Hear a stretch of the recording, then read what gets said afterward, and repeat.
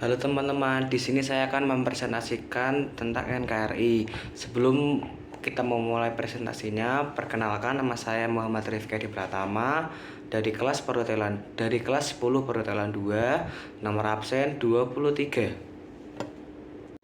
Baik, kita mulai dengan apa sih arti dan kepanjangan dari NKRI.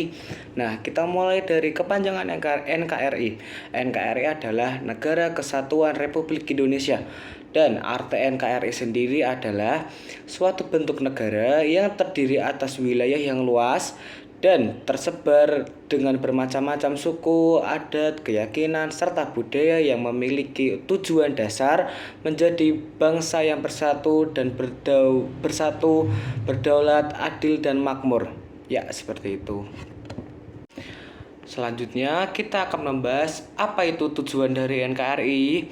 Tujuannya adalah untuk melindungi segenap bangsa Indonesia dan seluruh tumpah darah rakyat Indonesia, memajukan kesejahteraan umum, mencerdaskan kehidupan bangsa, dan ikut serta melaksanakan ketertiban dunia yang berdasarkan kemerdekaan, perdamaian, dan keadilan sosial. Ya, seperti itu tujuannya. Ya, sangat keren ya.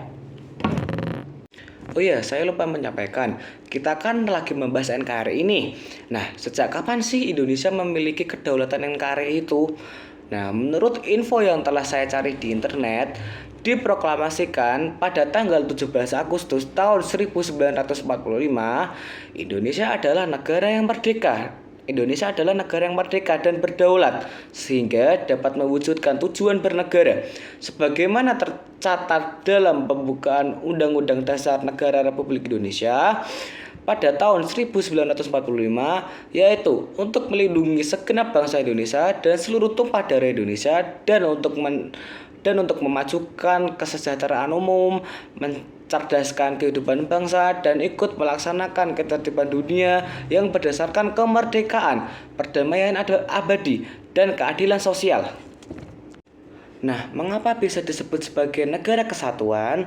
Kan tadi NKRI adalah Negara Kesatuan Republik Indonesia karena kita memiliki bentuk negara yang merdeka dan berdaulat, di mana keseluruhan negara dikuasai hanya oleh satu pemerintah pusat saja. Pemerintah pusat juga berwenang mengatur seluruh daerah. Nah, seperti itu. Selanjutnya, saya akan memberitahu siapa saja tokoh-tokoh hebat yang terlibat dalam pembuatan NKRI beserta peran-perannya. Yang pertama ada Insinyur Soekarno-Hatta. Dia lahir di Blitar, Jawa Timur pada 16 Juni 1901 dan peran dia sebagai pembaca teks proklamasi. Yang kedua ada Dr. Muhammad Hatta. Ia lahir di Sumatera Barat pada 12 Agustus 1902. Peran dia adalah mendampingi Insinyur Soekarno pada saat pembacaan teks proklamasi dan ia diangkat sebagai wakil presiden mendampingi Insinyur Soekarno sebagai presiden. Yang ketiga Ahmad Soebarjo. Ia lahir di Karawang pada 23 Maret 1897. Peran dia adalah dia merupakan pejuang senior dan anggota PPKI. Ahmad Soebarjo juga terlibat dalam penulisan proklamasi di Rumah Laksamana Maeda. Bahkan pria bernama lengkap Raden Ahmad Soebarjo ini juga yang menjemput Insinyur Soekarno dan Muhammad Hatta di Rengas Dengklok. Ia juga memutuskan bahwa proklamasi kemerdekaan harus dilaksanakan di Jakarta. Yang keempat ada Ibu Fatmawati. Ia lahir di NTT, Bengkulu pada 15 Februari 1923. Istri proklamator ini berperan sebagai yang menjahit bendera pusaka merah putih untuk dikebarkan pada saat upacara 17 Agustus 1945. Yang kelima ada Soekarni. Ia lahir di Blitar pada 14 Juni 1916. Peran dia adalah ia aktif dalam perjuangan kemerdekaan dan pernah bekerja di kantor berita Domei Sendenbu dan kantor pusat Seinendan. Diketahui ia juga yang mengusulkan agar naskah proklamasi kemerdekaan hanya ditandatangani oleh Soekarno dan Muhammad Hatta sebagai perwakilan bangsa Indonesia. Yang keenam ada Sayuti Melik. Ia lahir di Yogyakarta pada 22 November 1908. Ia berperan sebagai pengetik naskah. Sebelumnya, naskah proklamasi ditulis tangan dengan beberapa perubahan setelah disetujui lalu diserahkan kepada Sayuti Melik. Yang ketujuh ada Latif Hendra Ningrat. Ia lahir di Jakarta pada 15 Februari tahun 1911. Ia berperan sebagai yang menaikkan bendera pusaka saat upacara 17 Agustus 1945. Yang kedelapan ada Laksamana Maeda. Ia lahir di Prefektur Kagoshima, Jepang pada 3 Maret tahun 1898. Ia merupakan seorang perwira dengan jabatan sebagai Wakil Komandan Angkatan Laut Jepang. Di Jakarta, dia ikut bersimpati pada perjuangan kemerdekaan Indonesia. Laksamana Maeda mengizinkan para pejuang menggunakan rumahnya sebagai tempat perumusan naskah proklamasi. Dan itulah tokoh-tokoh hebat yang terlibat dalam pembuatan NKRI.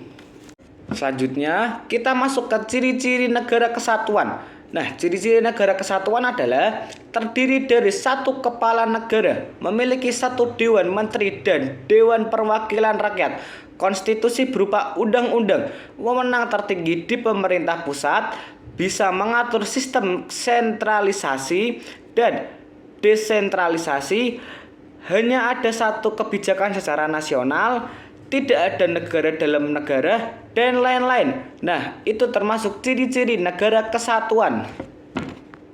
Selanjutnya, apa sih perbedaan persatuan dengan kesatuan? Persatuan merupakan suatu proses dalam keadaan membentuk masyarakat untuk bersatu. Sementara itu, kesatuan merupakan suatu wujud bersatunya masyarakat yang sudah terbentuk. Kemudian, ada faktor-faktor apa saja yang dapat memperkuat keutuhan NKRI. Nah, faktor-faktor tersebut ada 3 nih. Faktor-faktor tersebut adalah yang pertama, Sumpah Pemuda, yang kedua, Pancasila, dan ketiga, semboyan kita yaitu Bhinneka Tunggal Ika. Selanjutnya, peristiwa apa saja yang dilakukan Indonesia setelah terbentuknya NKRI itu? Yang pertama, ada pengesahan Undang-Undang Dasar tahun 1945. Yang kedua, pemilihan presiden dan wakil presiden. Yang ketiga, ada pembagian wilayah Indonesia. Yang keempat, ada pembentukan kementerian. Yang kelima, pembentukan Komite Nasional Pusat. Yang ketujuh, pembentukan kekuatan pertahanan dan keamanan. Nah, itu termasuk peristiwa yang dilakukan Indonesia setelah terbentuknya NKRI. Kemudian, kedaulatan NKRI meliputi apa saja? Nah, kedaulatan NKRI meliputi wilayah daratan, perairan pedalaman, perairan kepulauan, dan laut teritorial, termasuk ruang udara di atasnya, serta dasar laut dan tanah di bawahnya, termasuk kekayaan alam yang terkandung di dalamnya. Nah, sebelum terbentuknya NKRI, pasti ada langkah-langkahnya kan?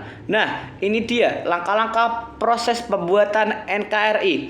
Pembentukan kelengkapan pemerintahan pada tanggal 18 Agustus tahun 1945, PPKI mengadakan sidangnya yang pertama di Gedung Kesenian Jakarta. Yang pertama, pembentukan Komite Nasional Indonesia. Yang kedua, pembentukan alat kelengkapan keamanan negara. Yang ketiga, pembentukan lembaga pemerintahan di seluruh daerah di Indonesia. Kita lanjut ke bentuk dari negara kesatuan. Bentuk negara kesatuan adalah kebalikan dari negara federasi, di mana kekuasaan dan tanggung jawab pemerintah dibagi dalam bentuk negara kesatuan. Subdivisi politik harus melaksanakan arahan pemerintah pusat, namun tidak memiliki kekuatan untuk bertindak sendiri. Menurut Kamus Besar Bahasa Indonesia atau KBBI, bentuk negara kesatuan didefinisikan sebagai negara yang kedaulatan keluar dan ke dalam, dan kekuasaan untuk mengatur dan memimpin seluruh daerah negara berada pada pemerintah pusat. Kemudian ada prinsip persatuan dan kesatuan bangsa. Nah, prinsip persatuan dan kesatuan bangsa itu ada apa aja sih? Nah, ada Bhinneka Tunggal Ika, nasionalisme Indonesia, kebebasan bertanggung jawab, wawasan Nusantara, persatuan, pembangunan untuk mewujudkan cita-cita reformasi, dan lain-lain. Nah, itu yang termasuk prinsip persatuan dan kesatuan bangsa. Selanjutnya ada tantangan-tantangan dalam keutuhan NKRI. Nah, tantangannya adalah ada keragaman masyarakat Indonesia, kesenjangan sosial dan ekonomi di masyarakat, meningkatnya paham etnisme dan radikalisme, lalu munculnya ideologi separatisme. Nah, itu dia tantangan-tantangan dalam menjaga keutuhan NKRI. Lalu visi misi bangsa Indonesia apa aja sih? Nah, visi misinya ada melindungi segenap bangsa Indonesia dan seluruh tumpah darah Indonesia, memajukan kesejahteraan umum, mencerdaskan kehidupan bangsa, dan ikut melaksanakan ketertiban dunia berdasarkan kemerdekaan, perdamaian abadi, dan keadilan sosial. Baik, sekian presentasi dari saya. Mohon maaf jika ada kesalahan dan kekurangan kata dalam menyampaikan presentasi, karena kesempurnaan itu hanya milik Allah semata. Wassalamualaikum warahmatullahi wabarakatuh.